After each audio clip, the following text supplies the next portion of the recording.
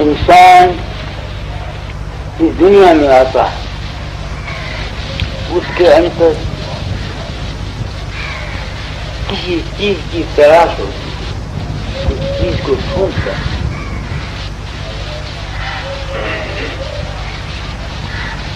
जिसको ढूंढता है उसकी कई शक्लें हैं। कोई दौलत चाहता है, कोई इज्जत चाहता है, कोई मान चाहता है, कोई शादी चाहता है, कोई औलाद चाहता है। ये सब चीजें अगर मिल भी जाए फिर भी वो तलाश खत्म नहीं होती आदमी की। आज पैसा आ गया, क्या वो तलाश खत्म हो जाएगी? आंख लगी जाएगी।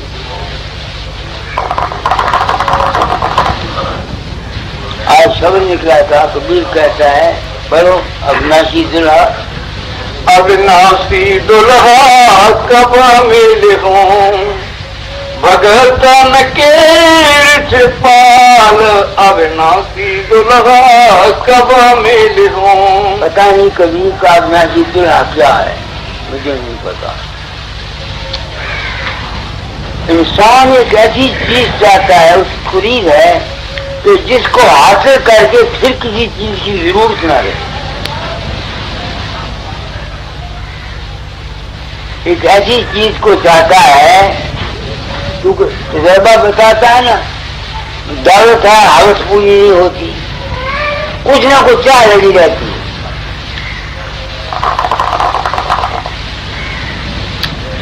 वो अविनाशी दुल्हा क्या है?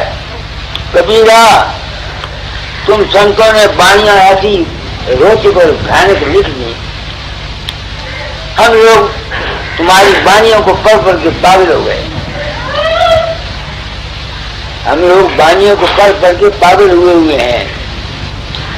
एक आदमी है, वो एक गुरु करता है, वो मर जाता है या उसको कुछ नहीं मिलता, वो दूसरा का तलाश करता है, उसके पास जाता है, फिर तीसरा करता है, फिर चौथे के पास जाता है, पांचवें के पास जाता है, दौड़ता फिरता है इंसान।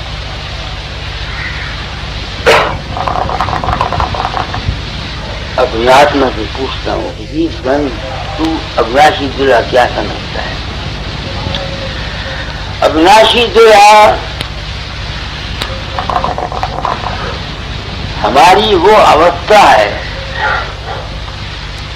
जहाँ हमको शांति मिलती है, तस्कीन मिलती है। और खामन करती है ना, उसे क्या मिलता है? एक किस्म का आनंद मिलता है और खुशी मिलती है। यही है ना औरत दुल्हन और दूल्हा, उनका क्या मतलब होता है कि एक ऐसी अवस्था उनके अंदर जब मिलती है, ऐसी अवस्था छा जाती है जहाँ उनको खुशी मिलती है, आनंद मिलता है, मस्ती मिलती है। तो अविनाशी दुल्हा मेरी समझ में क्या है? वो अवस्था जहाँ इंसान अपने आप को बिल्कुल भूल जाता है। जिस तरह स्त्री पुरुष के मेल से इंसान भूल जाता अपने आप को, शांति मिल जाती है।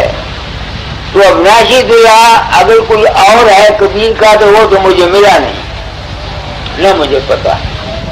मैं ये समझता हूँ कि परम शांति का मिल जाना ही अविनाशी दुल्हा। अब इस परम शांति को हासिल करने के लिए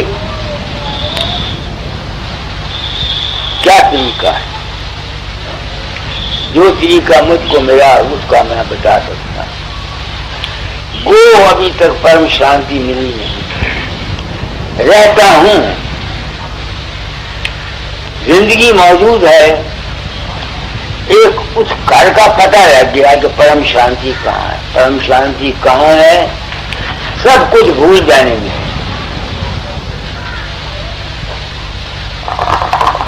सब कुछ भूल जाने में परम शांति अधूरा है क्या? इसलिए पुरुष मिलते हैं, उनको एक किस्म की शांति मिल जाती है। जो उनके अंदर एक काम की अंग का एक जोश होता है वो खत्म हो जाता है। दूसरे में अविनाशी दुल्हा कब मिलता है? जब जिंदगी का जोश खत्म खत्म हो जाता है। जब जिंदगी की कश्मकश जो है, लाइफ की, जीवन की कश्मकश जो है, जब ये खत्म हो जाती है, उसके बाद जो अवस्था आती है, मैं उसको अविनाशी दुरा समझता हूँ। पता नहीं कभी अविनाशी दुरा कौन है, संतों का अविनाशी दुरा कौन है मुझे नहीं पता। अविनाशी दुरा क्या बता दिया उन्होंने? अविनाशी दुरा क्या है मेरी समझ में नहीं आया। कबीर अगर होता तो उससे पूछता, महाराज आप लोगों ने बानियां रख ली, हम गृहस्थियों को बेवकूफ बना दिया, पागल बना दिया, अपने पीछे लगा दिया, दौड़ के फिरते तेरे पीछे, संतों के पीछे। उस वक्त मैंने प्रण किया था, मेरे दादा दादा ने मुझको कहा था, फकीर थोड़ा छोड़ने से पहले तालीम बदल जाना। बाबा सामंत सिंह के पास गया था, उनका निर्भय से काम कर जाना। आप लोग आ जाते हैं, वीर वाले आए हुए हैं, ये कुछ कांगड़े के जिले से आए हुए हैं। अविनाशी दुल्हा क्या है? हमारी वो अवस्था जहां हम परम शांति को हासिल करते हैं। इसका अवस्था तुम अपने काम अंग से लो, तुम अपने काम अंग से लो। काम भोगने के बाद क्या होता है तुम्हारा? एक किस्म की स्थिरताई आ जाती है, शांति मिल जाती है। यही होता है कि नहीं होता? तो जिंदगी जो हमारी लाइफ है, शारीरिक जिंदगी, मानसिक जिंदगी, आत्मिक जिंदगी, जब इनको शांति मिल जाती है, ये खत्म हो जाते हैं, यानी जिंदगी का खत्म हो जाना के बाद जो अवस्था होती है, जिंदगी में क्या है? जिंदगी में वासना है, ख्वाहिश है। जिंदगी में है क्या? ख्वाहिश है ना, वासना है हमारी। तो जब वासनाएं खत्म हो जाती हैं, जिस तरह काम की वासना खत्म होने के बाद, इसकी पुरुष की मेल के बाद उनको शांति मिल जाती है, इस तरह जिंदगी की वासनाओं के खत्म होने के बाद जो अवस्था रह जाती है, मैं उस अवस्था का नाम अविनाशी दुल्हा कहता हूं। ये मेरा अपना अनुभव, खबर नहीं मैं गलत हूं या मैं ठीक, इसको मुझे पता नहीं। यहां तक शांति को हासिल करने के लिए मैंने बतेरे तैयार किए। आप लोग की दया से मुझे उस शांति के घर का पता लग गया। वो कैसे पता लगा? मैं मन में रहता हुआ तरह तरह के ख्याल की कराबाजियां किया करता था, आनंद लिया करता था, बातें किया करता था, गुरु स्वरूप के साथ बातें करनी और तरह तरह के ख्याल उठने, विचार उठने, भाव उठने। तो जब से मुझे तुम लोगों से पता लगा कि मेरा रूप तुम्हारे अंदर प्रकट होता है, मन नहीं होता। दादाजान ने मुझे कहा था, फकीर तोड़ा छोड़ने से पहले तालीम को बदल जाना। मैंने जो कुछ खुद अनुभव किया अपनी जिंदगी में वो कहता हूं, दावा किसी बात का। अब जब मुझको ये यकीन हो गया कि मैं तुम्हारे अंदर नहीं जाता, तो जो कुछ मेरे अंदर प्रकट होता था, मैं ख्याल करता था, वो क्या था? वो मेरी जिंदगी थी, वो मेरा जीवन था। शारीरिक जीवन, मानसिक जीवन, आत्मिक जीवन, तीन किस्म की जिंदगी है मेरे तुम्हारे अंदर, मेरे अंदर। एक जिस्मानी, एक मेंटल और एक आत्मिक। तो ये तीनों जिंदगियां जब खत्म हो जाती हैं, इनसे गुजर जाता है, उसके बाद जो अवस्था पैदा होती है उसका नाम है अविनाशी दुल्हा। ये मैं समझता हूँ। यही संत मत कहते हैं, तीन छोड़ चौथा पद जीना, सत्य नाम सदगुरु को सीखना। मगर यहाँ तक तुम लोग आए हो, तुमको वहां तक जाने की जरूरत है। क्या आप लोग उस अवस्था को हासिल करने की कोशिश करते हैं? क्यों? आप लोग आनंद चाहते हैं, खुशी चाहते हैं, आनंद चाहते हैं, खुशी चाहते हैं। किसी के लड़का का नौकर नहीं हुआ, किसी के बच्चा नहीं पैदा हुआ, तो ये संत मत ऐसे आदमियों के लिए नहीं है।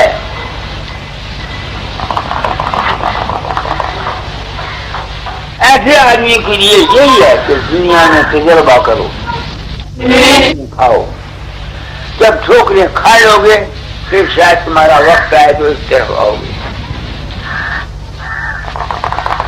जब तक इंसान ठोकरें नहीं खा लेता, तजर्बा नहीं हो जाता जिंदगी का, तब तक उसको शांति की सूझती नहीं। संतों का मार्ग विश्राम का मार्ग है, शांति का मार्ग है, आम दुनिया का नहीं। तो मुझको तो भाई तुम लोगों की दया से उस शांति का हर पता लगा। तब से मुझे ये पता लगा कि मैं किसी के अंदर नहीं जाता, क्या हो गया मुझको। मैं जब साधे में जाता हूँ तो जिस्म को भूल जाता, किसी वक्त नहीं भी भूल सकता। अब खारिश की बीमारी है, खारिश 5वां महीना चला 6वां, तो जब ये तकलीफ होती है उस वक्त नानी याद आ जाती है। वो जो ज्ञान ध्यान वगैरह सीखा हुआ है सब घुल हो जाता है। बात मैं सच्ची कहता हूँ, किसी और संत का ना होता हो तो मुझे पता नहीं, मगर मैंने संतों के हाथ से बाबा सावन सिंह की जब बीमार हुआ वो भी हाय कर दे। समझ मतलब मेरा नहीं, दाता दाद के दरबार में गया, मुझको पता नहीं था उनके पैर पर चोट लगी हुई। तो वो अपने ख्याल में थी, मैं प्रेम के जज्बे में जाके अपना मत्था मारा उनके पैरों पर, तो उन्होंने हाय की। मैंने कहा क्या हो गया? कुछ नहीं, तो ये चोट लगी। तो मुझको ये तजर्बा हो गया कि जब तक जिंदगी है ये जरूरी बात है कि इंसान अपनी सेहत का ख्याल रखे। काया अगर ठीक नहीं है, मेरा तजर्बा बताता है, तो शांति भी नहीं। या उस वक्त शांति मिलेगी जिस तरह बीमार को डॉक्टर क्लोरोफॉर्म दे देता है फिर काटता रहता है, जिसको सीता है काटता रहता है, उस वक्त उसको पता नहीं लगता। या ऐसी अवस्था आ जाए कि शरीर से बाहर निकल जाए। असली मकसद है हमारा वो शांति, हम उसको हासिल नहीं कर सकते। क्यों नहीं कर सकते? क्योंकि हमको साधु का संग नहीं मिला हुआ। साधु क्या करता है? एक घड़ी आदि से पूरी आज तुलसी संगत साध की कटे कोट अपराध।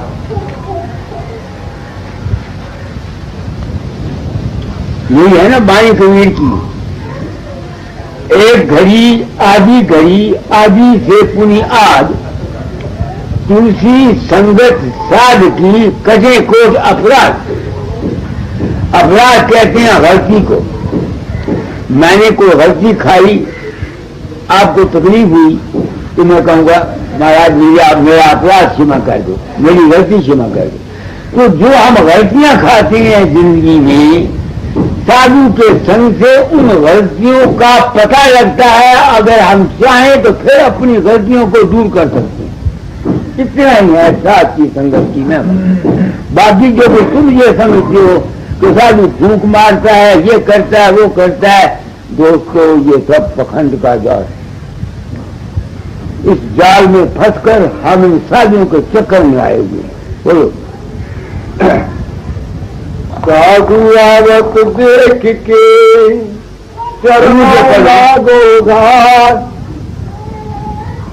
साधु संग महात्म का अंग एक है, दो है।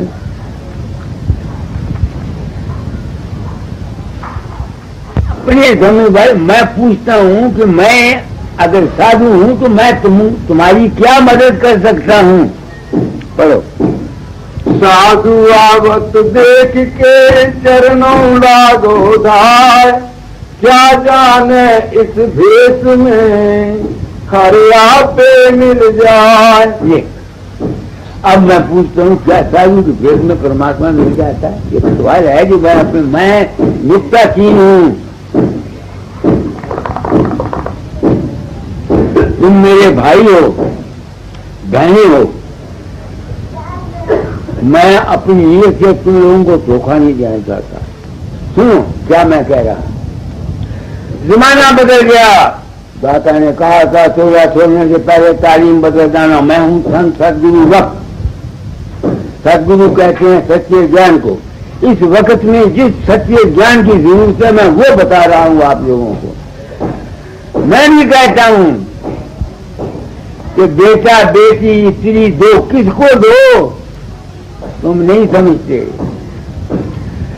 अपने मन की वृत्ति से बेटा बेटी स्त्री के साथ बनो नहीं, फंसो नहीं। ये है इसका मतलब। ये नहीं कि बेटा बेटी स्त्री को साधु के हवाले कर दे रहो। साधु नाम है, साधु वो है जो त्रिकुटी में अभ्यास करता है, वो मन की साकारी जी को जानता है। तो जब तक तुम बेटा बेटी स्त्री के ख्याल को अपने आप को अलग, उनके बंधन से अपने आप को अलग नहीं करोगे, तुमको वो शांति कहाँ मिलेगी? जो शख्स बेटी के मुंह में है, बाप औरत के मुंह में है, पुत्र के मुंह में है, नहीं समझ में आती है, उसको शांति कहाँ? इसका असली अर्थ ये है, ये नहीं है कि बेटा बेटी स्त्री को साधुओं को सबूत करते रहो। मेरे ख्याल में आप समझ रहे हैं मेरी बात को। ये ठीक है बेटा बेटी स्त्री, इसका ये मतलब है कि अपने मन के साथ, इनके साथ जो तुम्हारा मुंह है, जो तुम इनके साथ बने हुए हो, इस मुंह को त्याग दो, तब तुमको वो चीज मिलेगी। ये नहीं कि बेटा बेटी स्त्री साधु के पास जाके छोड़ जाओ जाके। समझ में आती है बात आपको? बानी गलत नहीं है। सार भाग को कोई समझता नहीं है। बानी जाल महाजालम, ये बानी के जाल में जो फंसा दूसरी तरह मारा गया। हम सब सत्संगी, मैं खुद बानी के जाल में कितनी मुद्दे फंसा रहा, मैं खुद बानी के जाल में कितनी मुद्दे फंसा रहा। आरतियां करो भाई। मैंने सोने के ताज बनाए, चांदी के हुक्के बनाए, सिंहासन बनाए, वो फोटो मेरी टंगी हुई है वहां। आरती के मैंने ये है आरत हो करके, दीन हो करके, नहीं समझ में आती है, अपने आप को अपने इश्क के सबूत अपने अंतर करो, ये है आरती। हम तो थाली में दीवा बाल करके आरती करते हैं। आरत के मैंने है, आरती आरत से निकली है ना, आरत के मैंने है जो दीन है। अपने अंतर में बैठकर सच्चे होकर दीन होकर के अपने मालिक से या अपने इष्ट से प्रार्थना करना, उसके शरणागत होना, ये सच्ची आरती है। बाकी की जो बाहर की आरती है, दीवा जलाना, धूप सुखाना, ये करना ये करना ये करना, ये सिर्फ बाल नुकता है, इसमें असलियत नहीं। क्या काम है मालूम?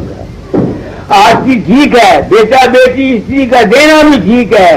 दुनिया ने उस अर्थ को समझा नहीं है कि उसका भाव क्या है। साधु के मिलने से क्या मिलता है? आदमी को खुशी मिल जाए, मगर वो खुशी कैसे मिलेगी तुमको? साधु के बात को सुनकर, समझकर और विचार कर। सुखमनी साहब आपने पढ़ी होगी, उसमें क्या लिखा हुआ है? प्रभ सिमरन से पदवंते, प्रभ सिमरन से धनवंते, प्रभ सिमरन से दुख का नाश, प्रभ सिमरन से ये। आगे वो क्या कहते हैं? प्रभु का सिमरन साधु के संग करो।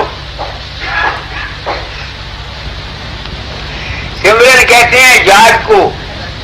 साधु के संग बैठ के ये पहले प्रयास करो कि प्रभु है क्या चीज। इसका नाम है साधु के संग बैठकर प्रभु का सिमरन करना। सिमरन कहते हैं जात को। साधु के संग में बैठकर ये गोष्ठी करनी कि परमात्मा का रूप क्या है, प्रभु है क्या, ये है। दुनिया ने ये समझा हुआ है साधु के साथ बैठकर छाएं बजाओ, राग गाओ, गीत गाओ। दुनिया ने साधु का संग सिर्फ ये समझा हुआ है और उसका नतीजा कहीं भी ठीक नहीं। फिर आगे वो लिखते हैं सुखमनी साहब में, प्रभु की बसे साध की रचना। अगर किसी ने प्रभु का सिमरन करना है, प्रभु की याद के मैंने जानते हो ना कि प्रभु है क्या चीज, तो वो प्रभु रहता कहाँ है? साधु की जुबान में रहता है, जीव में तो लघु रहता है। जो वो वाणी कहता है, जो वो वचन कहता है, उस वचन को समझने से तुमको प्रभु की समझ आएगी। आखिरी अर्थ इसका ये है माधुरी जी कि प्रभु क्या है। आगे दर दरबारी साध है, इनसे सब कछु होए, तुरंत मिला मैं राम से, इन्हें मिले जो कोई। दरवाजे पर जो बैठा हुआ होता है चौकीदार है, दरवाजे का वो इजाजत देता है, वो कैसे इजाजत देगा? फिर साधु को दर्शन करने से, उसको रुपया देने से, उसकी पूजा करने से, उसकी आरती करने से तुम प्रभु को पालोगे नहीं। जो वो कहता है उस पर विचार करो, यही असली गुरु भक्ति है। दुनिया ने गुरुमुख उसको समझा हुआ है जो रुपया ला करके बाबे फकीर को या बाबा सावन सिंह को या किसी गुरु को देता है, वो गुरुमुख है। तुम बेवकूफ होता है, मैं खुद बेवकूफ था। बेवकूफ कहते हैं जिसको समझ रहा हूं। गुरु भक्ति है क्या? दर्शन करे, दर्शन पुनि सुने, सुन सुन कर रित मन में गुने, गुनगुन कर रहे तिस सारा, कर सार तिस करे आहारा, कर आहार पुष्ट हुआ भाई, जब भाव है तब करी दुआई। माने जो कुछ पाया तुम साधु से पाया, मैंने जो कुछ समझा वो तुम लोगों से समझा। तो साधु की महिमा क्या है? साधु क्या करता है? साधु वचन कहता है, वाणी कहता है। जो शख्स उसकी वाणी को समझता है, सोचता है, विचार करता है, उस पर अमल करता है, उसका कल्याण होता है। तो साधु की ये महिमा है। आगे भली भली जो मैं मिटा, टूटी कुल की लाज, वे परवाही हो रहा, बैठा नाम जहाज। साधु के पास से क्या मिलता है? समझ मिलती है। क्या समझ मिलती है? चल तू मन के मैं मन के चक्कर में आया हुआ था, अपने मन से पूजा करता था, राम का रूप बनाता, गुरु का रूप बनाता, मन से पूजा करता था ना। तो शांति जो है वो तो मन से परे है।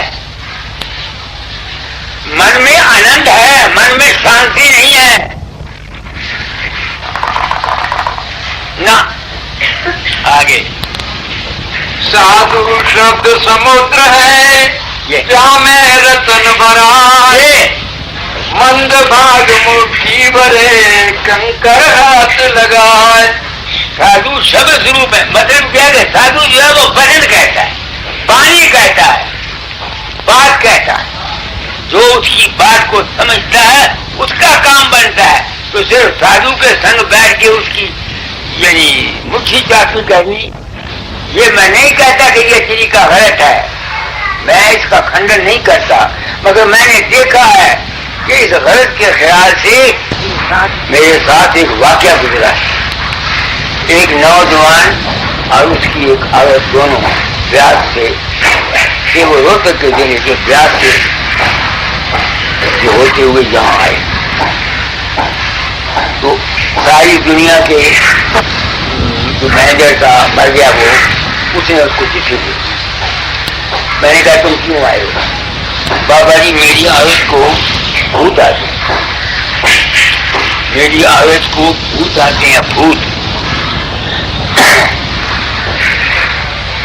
तो कहने लगा आपके पास आए,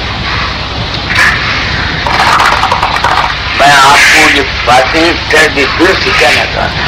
मेरी माताएं बहनें बैठी हुई हैं, तुम लोग बैठे, तुमको होशियार करना चाहता। मैंने कहा, मैंने उस औरत को देखा, नौजवान की, उस आदमी को भी देखा। मैंने कहा एक बात कहूँ, सच बोलना, साधु के पास आकर के संत के पास झूठ बोलोगे, खुशियों से मरोगे, बताओ क्या? मैंने कहा तू नामर्द नहीं है। मैंने उसको बोला क्या तू नामर्द नहीं है? उसने बोला जी हाँ। मैं क्या तुम सत्संगी हो क्या? वहां कोई साधु आया करता है जो तुमको सत्संग कराया करता है? जी हाँ। मैंने कहा तुम उसके पास बैठ के कुछ मेरी औरत को पूछा, तुम कानों में उंगली डालते हो कि हाँ डाला करते हैं। मैंने उस औरत को जरा सख्त होकर कहा, मैं सच बताओ, साधु ने तेरा साथ नहीं दिया?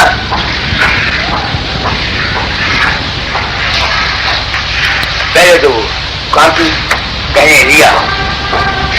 मैंने कहा बेवकूफ भूत बात को नहीं, तू है नामर्द, ये है जवान औरत, इसने कभी काम के अंग का सुख लिया नहीं, समझते हो ना?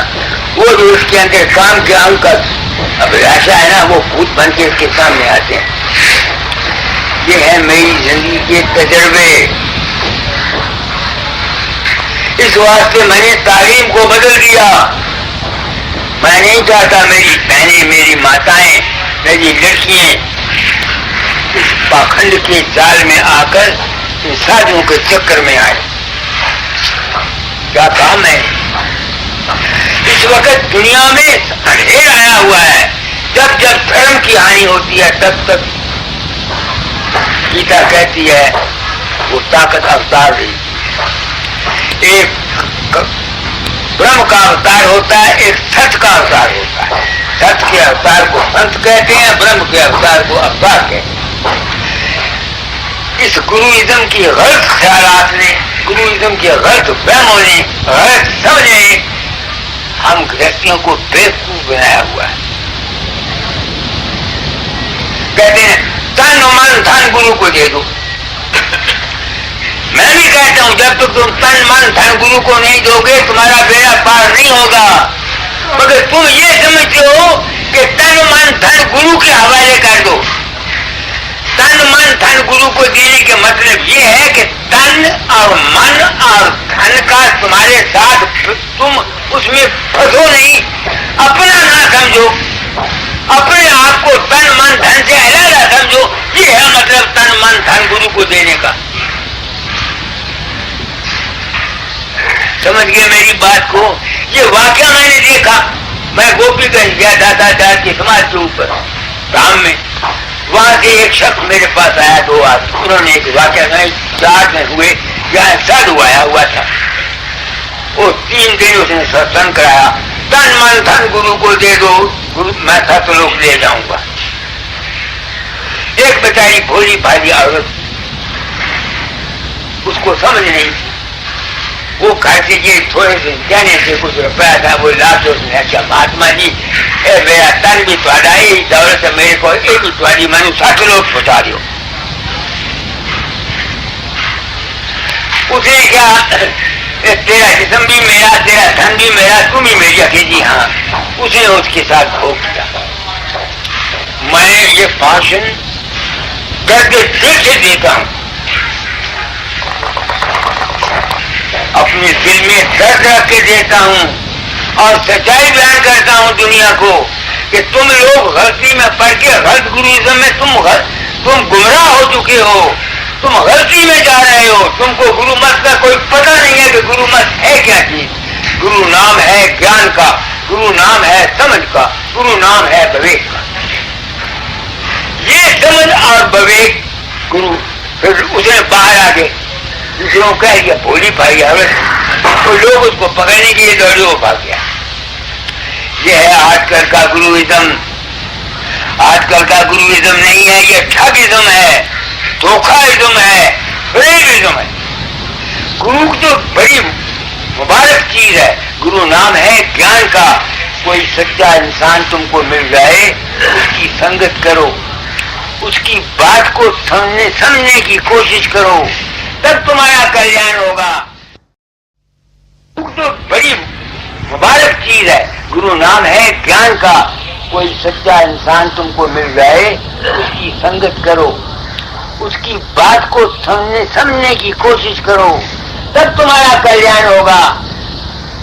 स्वामी जी ने कहा, गुरु को ऊपर ऊपर गाता, गुरु को दिल भीतर नहीं लाता। बारी लगन करे क्या पाजी, भीतरी लगन न गुरु से लागी। कितना जबरदस्त शब्द है। बाहरी लगन गुरु से लागी, भीतरी लगन न गुरु से लागी। वो कहते पाजी कहा उसको। फिर स्वामी जी ने क्या कहा है, सब भी आए सतगुर आगे, दर्शन पकड़ा बदन न लागे। कहो सत्संग से क्या फल पाया, वक्त गया अब जन्म गवाया। उन्होंने कोई झूठ नहीं बोला, मगर वाणी इस तरह से कही कि हर एक आदमी उसको समझ नहीं सकता, और समझाने वालों ने बात को पतंगड़ बना दिया। समझ गए मेरी बात को? आप जीरे वाले आए हो, आप कांगड़े वाले आए हो, तुम लोग आ जाते हो। मैं तुम्हारे साथ एक सच्चा व्यवहार करना चाहता हूँ, सच्चा सौदा करना चाहता हूँ। मेरे समय एक ड्यूटी थी, दादा ने कहा था कि 14 छोड़ने से पहले तालीम बदल जाए। मुझे नहीं पता दोस्तों, मैंने जो कुछ समझा है ये ठीक है या गलत। कान को हाथ मुझे कोई दावा नहीं। मेरी उम्र गुजर की सच्चाई, क्योंकि मेरे समय हुक्म था, मैंने उस हुक्म की पूरी कर। मैं करना नहीं चाहता था। बाबा सावन सिंह के पास गया 1942, तो मैंने तब 15 मिनट अपने शब्द पढ़ के अपनी खुद साख्ता बनाए कि मैं ऐसे पंथ में आया, ये हुआ, मैं ऐसा जिंदगी थी, दादा ने ये कहा। तो उन्होंने मेरे पीठ पर हाथ रखा, चाहे वो कुर्सी पर बैठे थे, मैं जमीन पर, तो मैं तो मस्ती में गाता जाता था। फिर वो उठ के मेरे पास आ गए, मेरी पीठ पर हाथ रखा, तुम काम करो। मैंने कहा कि मैंने सच कहना है, दुनिया मेरी मुखालफत करेगी। तो बाबा सामने से क्या जान मुझसे सच नहीं कहा गया। एक तो मेरा डेरा था, दूसरे जीव इसके अधिकारी नहीं। तुम निर्भय होकर काम करो, मैं तुम्हारा पुष्टि बता रहा हूं। इसलिए मैंने जो समझा वो कहता, दावा कोई नहीं करता। आपका जी चाहे मेरे सत्संग में आ करो, आपका जी चाहे मत आया करो, मैं आपको बुलाने से नहीं जाता। आप आए मुझे मान, तुम आ जाते हो, मैं अपनी ड्यूटी पूरी कर देना चाहता। आगे है को पढ़ो। अविनाशी दुर्गा कब मिलो, भगतन के पाल। अविनाशी दुर्गा कब मिलो, कब मिलेगा वो? जब तुम मन से खड़े जाओगे, जब तुम मन के चक्कर से परे जाओगे, तब तुमको अविनाशीपना मिलेगा। अविनाशीपने में क्या है? परम सुख है। उसकी मिसाल समझना है। तुम रात को सो जाते हो, सारा दिन काम करो, अगर तुमको रात को गहरी नींद ना आए, तुमको चैन मिलता है? बीमार हो जाओगे, दिमाग खराब हो जाएगा। तो नींद में क्या होता है? तुम जिस्म को भूल जाते हो, मन को भूल जाते हो, तब तुमको सुख और शांति मिलती है। नींद की हालत में जो सुख तुम हासिल करते हो, उसका तुमको ज्ञान नहीं होता। जब जागते हो तब पता है कि आज मैं बड़ी सुख की नींद से सोया। ये जो अविनाशी दिया है, ये जागते हुए अपने आप को उस अवस्था में ले जाना, जो जागते हुए अपने आप को अविनाशी में, उनको उस सुख की अवस्था का अनुभव होता है। गहरी नींद में तुमको उस गहरी नींद की अवस्था का अनुभव नहीं होता, बेहोशी। इतना फर्क है गहरी नींद में और इस अवस्था, बस और कुछ नहीं। आगे जल पुजी जल की से रटत प्यास प्यास, जल पुजी जल ही से रटत प्यास प्यास। मैं बैरन टारी मग जो प्रीतम तुम्हारी आस अविनाशी दुल्हा कबो मिलूं। देखो मछली पानी में पैदा होती है, वहां वो पानी की तलाश करती है, उसको पानी कब मिलता है जब वो उल्टी हो जाती है। मच्छी के पेट के अंदर एक वल होता है जहाँ जब वो उल्ट जाती है तो पानी उसके अंदर चला जाता है, उस वल के रास्ते खुल जाता है वल। जब वो उल्ट जाती है वो बंद हो जाता है।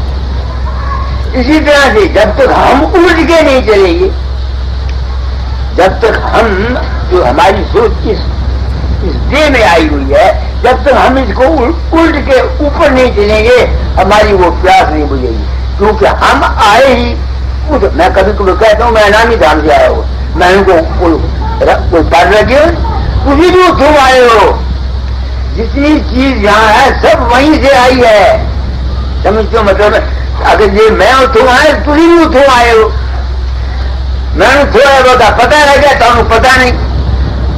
तो पर उस करी को जल से उपजी जल पुजी जल ही से निहारकत प्यास प्यास, जल पुजी जल ही से निहारकत प्यास प्यास। मैं बैरन टारी मग जो प्रीतम तुम्हारी आस अविनाशी दुल्हा। प्रार्थना करते हैं, सारा चरण करते हैं, अभ्यास करते हैं, साधन करते हैं, ये हमको आस लगी रहती है। ये कब आस पूरी होगी जब हम उल्ट के अपने घर चले जाए। समझते हैं ये मार्ग संतों का उल्टा मार्ग है। उल्टा नाम जपत जग जाना वाल्मीकि भय ब्रह्म समान। दुनिया ने ये समझा हुआ है तो उसने राम राम मरा मरा मरा मरा मरा कहते हुए वो राम हो गया। ये बात नहीं है, तुम भूले हुए बानी के जाल में फंसे हुए हो। उल्टा नाम जपत जग जाना वाल्मीकि भय ब्रह्म समाना। उल्टा नाम के मैंने है कि वो अपनी सोच को खींच करके ऊपर जो नाम है उसको उसने पकड़ा तब वो ब्रह्म समान हुआ। तो मरा मरा कहें वो पार नहीं हुआ, ये रोचक और भयानक बातें हैं।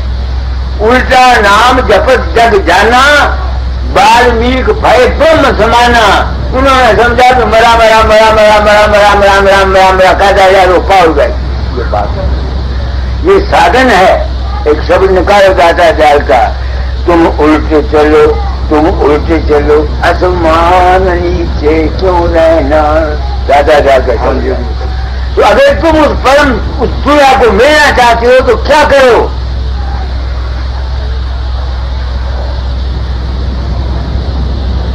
तुम उल्ट चलो आसमान नीचे क्यों रहना।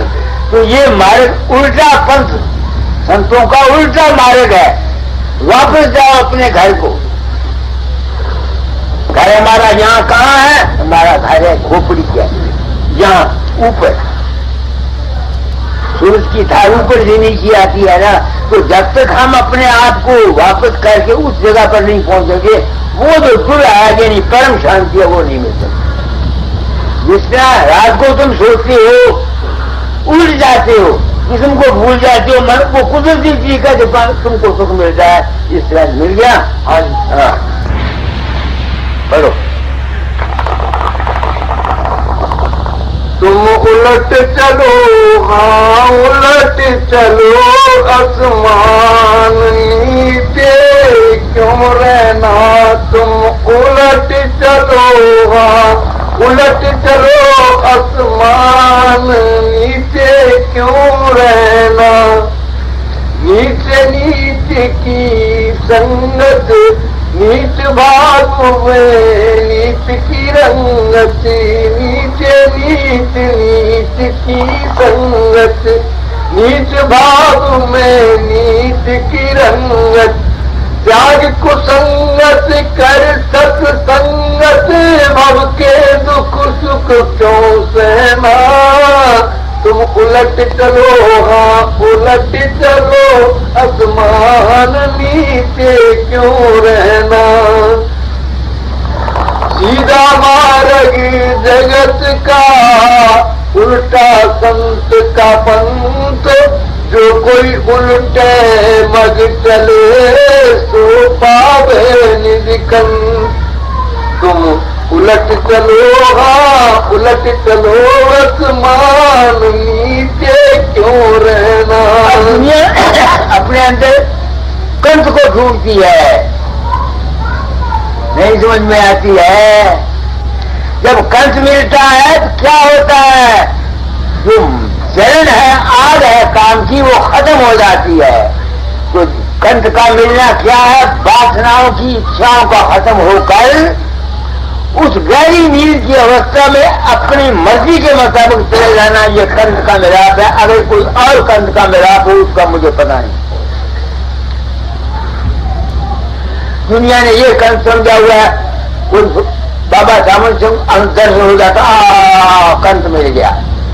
किसी को राम के दर्शन होने का कंठ मिल गया, ये ना, बिल्कुल नहीं। कंठ के मिलाप से होता क्या है, इंसान के जिस तरह से स्त्री पुरुष के अंतर में मेल करने से जो उनके अंदर काम का जज्बा है वो खत्म होकर शांति मिल जाती है। तो कंठ मिलाप क्या है, शांति है। जिनको कंठ मिलाप है तिनमुख बरसित नूर, यानी उनको शांति मिल जाती है। मंजिल मकसूद संतों का शांति है, और शांति ही कंठ है, शांति ही गुरु है, शांति ही राम है, शांति ही राधा स्वामी है। परम शांति का नाम कंठ है। आगे नीचे माया नीचे काया, नीचे ढाई नीचे छाया, इसके भरम में जो कोई आया सो तो रायम बंद बगाया। अब के भरम में क्यों बहना, तुम उलट चलो, उलट चलो, आसमान नीचे क्यों रहना। नीचे माया नीचे छाया, माया छाया है क्या, माया तुम्हारी बुद्धि है, छाया जो तुम्हारी अकल शक्लें पैदा करती है। जो शक्ल सारी जिंदगी बाबे फकीर को या राम को या कृष्ण के ही रूप को अपने सामने रखता है, वो शांति को प्राप्त नहीं कर सकता, वो आनंद को प्राप्त करेगा, शांति को नहीं प्राप्त। शांति तो वहां है जहां ना राम है, ना कृष्ण है, ना गुरु है, ना चेला है। जिस तरह गहरी नींद में तुमको ना दुनिया है, ना दुनिया का व्यवहार है, ना संसार का ख्याल है, ऐसे ही जब तुम उस अवस्था में जाओगे वह गुरु कैसा, बाबा सावन चंद कौन आएगा, चंद कौन आएगा, और कोई कौन आएगा। इसी भ्रम में से संगी मर गए। क्या व्यास, क्या इसमें सत्संगी है या सनातनी है, ये सब इसी भ्रम में मर गए। वो उसकी तलाश में से राम के दर्शन कर देने से या बाबे फकीर के या अपने गुरु के दर्शन कर लेने समझ के हमने मैदान मार दिया। अगर दर्शन करने वाला वहां जाकर राम के दर्शन करने वाला भी फिर दुखी होता है तो फिर राम के दर्शन काहे के हुए। वो शांति है, वो कब मिलेगा जब तुम उल्टोगे। और माया, मैं तो माया छाया से निकल नहीं सकता था। मुझको तुम लोगों ने कहा सत्संगियों ने, मेरे तो आंखें खोल दी तुम लोगों ने। जब से मुझे ये ज्ञान हुआ कि मैं तुम्हारे अंदर नहीं जाता, जो बाबा वकील तुम्हारे अंदर प्रकट होता है वो है क्या, वो छाया है तुम्हारी, तुम्हारे मन की छाया है, छाया। और है क्या बताओ।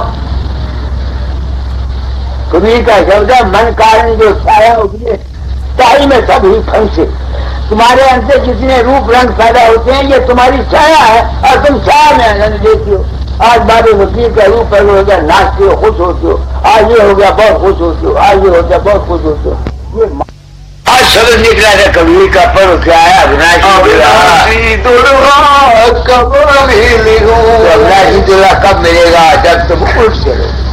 भगतन के पाल अविनाशी दुल्हा कब मिली हूँ। जल पुजी जल ही से मेरा रटत प्यास प्यास, ठारी मग जो प्रीतम तुम्हारी आस अविनाशी दुर्वा कब मिलू। एक आदमी शांति चाहता है, और शांति तुमको कब मिलेगी? जब तुम सब कुछ भूल जाओ। एक ख्याल में तुम गर्क हो, रात को नींद नहीं आती, वही ख्याल बार बार सताता है, तो तुम क्या चाहते हो? तो ये जो ख्याल है मेरा ये निकल जाए तब तुमको नींद आए, यही है ना? तो सबको त्याग देना, इससे परे जाना ही जो अवस्था है उसका नाम अविनाशी दुर्गा मेरी समझ में आया है। मैं कोई दावा नहीं करता कि मैं जो कुछ समझा है यही ठीक है, कान को हाथ लगा दो। आप लोग आ जाते हैं ना ना समझ पड़ा, ख्याल आया तू फकीर के अविनाशी दुर्गा क्या है? मेरे आत्मा ने पूछा तू सत्संग कराता है, तू बता अविनाशी दुर्गा क्या है? अगर मैं ये कहूं कि अविनाशी दुर्गा दाता दार का रूप है, यह गलत है, क्योंकि मेरा रूप लोगों के अंदर प्रकट होता है। अगर मेरा रूप अविनाशी दुर्गा होता तो जो जिनके अंदर मेरा रूप प्रकट है उनको शांति मिल जानी चाहिए। समझो ना, तुम समझो बाबा सावन सिंह का रूप या फकीर चंद का रूप या किसी राम का रूप तुम्हारे अंदर प्रकट हो गया, वो अविनाशी दुर्गा है। अगर वो अविनाशी दुर्गा है तो उसको हासिल करने के बाद तुम्हें कोई तकलीफ नहीं होनी चाहिए, तुमको शांति मिलनी चाहिए, मगर नहीं मिलती है, बड़े बड़े फौज गिर जाते हैं। इसलिए अविनाशी दुर्गा जो मेरी समझ में आया मैंने उसकी तस्वीर कर दी। आगे छोड़ोगे लग तुमसे भाई चरण लोलीन, छोड़ोगे लग तुमसे भाई चरण लोलीन, सारा बेल होत घट भीतर जैसे जल बिन अविनाशी दुर्गा कब मिलू। वो कहते हैं मैं खोज में लगी, मेरे अंदर क्या होता है? तारा जिस तरह से मछली पानी के अंदर तड़पती है, पानी ना हो तो इस तरह से हमारा जो मन है उस शांति के बगैर तड़पता रहता है। और फिर उस तड़प को दूर करने के लिए हम गुरुओं के पास जाते हैं, भक्ति करते हैं, शांति करते हैं, ये करते हैं, वो करते हैं, वो करते हैं। वो मंजिल मकसूद शांति है, ये सनातन धर्म।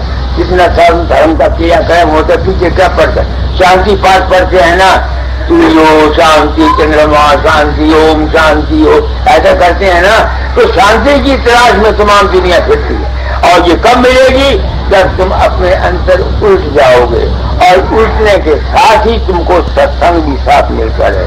जो सिर्फ उल्टते ही रहते हैं, अभ्यास करके किसी कामल गुरु का सत्संग नहीं मिलता, उनको भी शांति नहीं मिलती। आगे दिवस न भूख रहन नहीं दुरागर अन्ना न सुहाए, दिवस न भूख रहन नहीं दुरागर अन्ना न सुहाए, से दरिया बहन भाई हमको जागत रहन बिहारे, अविनाशी दुर्गा कब मिलू।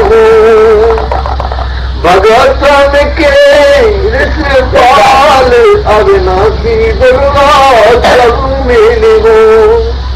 हम तो तुम्हारी दासी सजना तुम हमरे भरतार, हम तो तुम्हारी दासी सजना तुम हमरे भरतार, दयाल दया कर आओ समोरथ तिर जनहार, अविनाशी दुर्गा कब मिलू। वो कहते हैं समर्थ सर्जनहार तुम मिलो। अब सर्जनहार तो कीर्तन सर्जनहार है, बाबा सावन सिंह सर्जनहार था, राम सर्जनहार था। सर्जनहार कहते हैं रचना कौन करता है? या प्रकाश करता है या शब्द करता है, साइंस के उसूल से।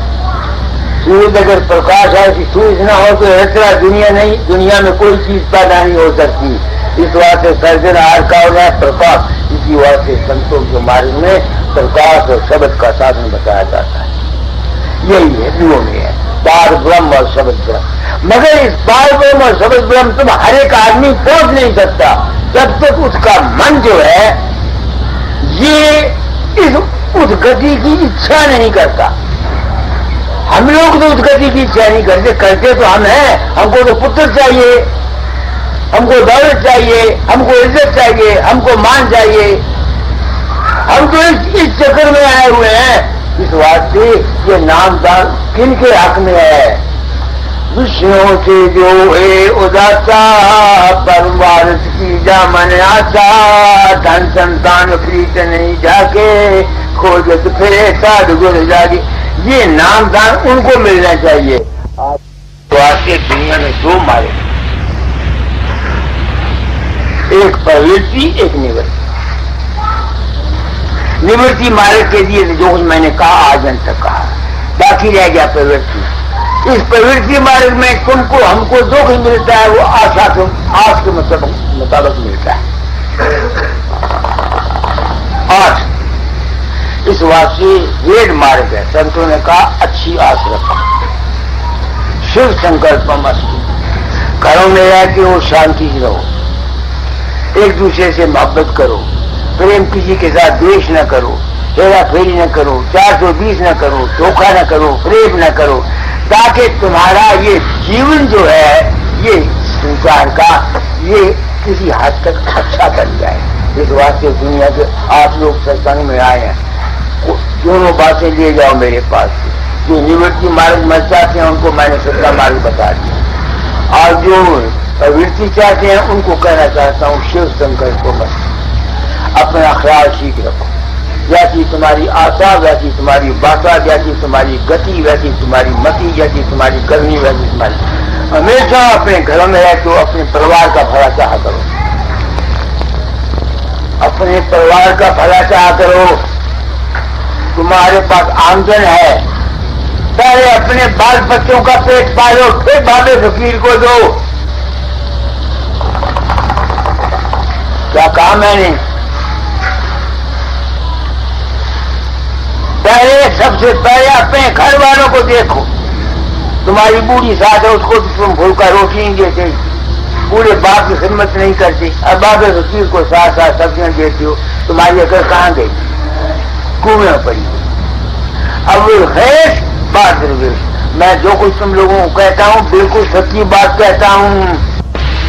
ग्रहणकारी ने अपनी गद्दी किसको दी? अपने लड़के को। हंसा ने किसको दी? अपने लड़के को। और हम ही बेवकूफ हैं जो अपने बच्चों का पेट पका के इन गुरुओं का पेट पालते हैं। क्यों? आगे पढ़ो। के हम प्राण तजत है प्यारे के अपनी कर ले, के हम प्राण तजत है प्यारे के अपनी कर ले। दास कबीर विरहत वायो अब तो दर्शन दे, अविनाशी दुर्गा कब मिलूं।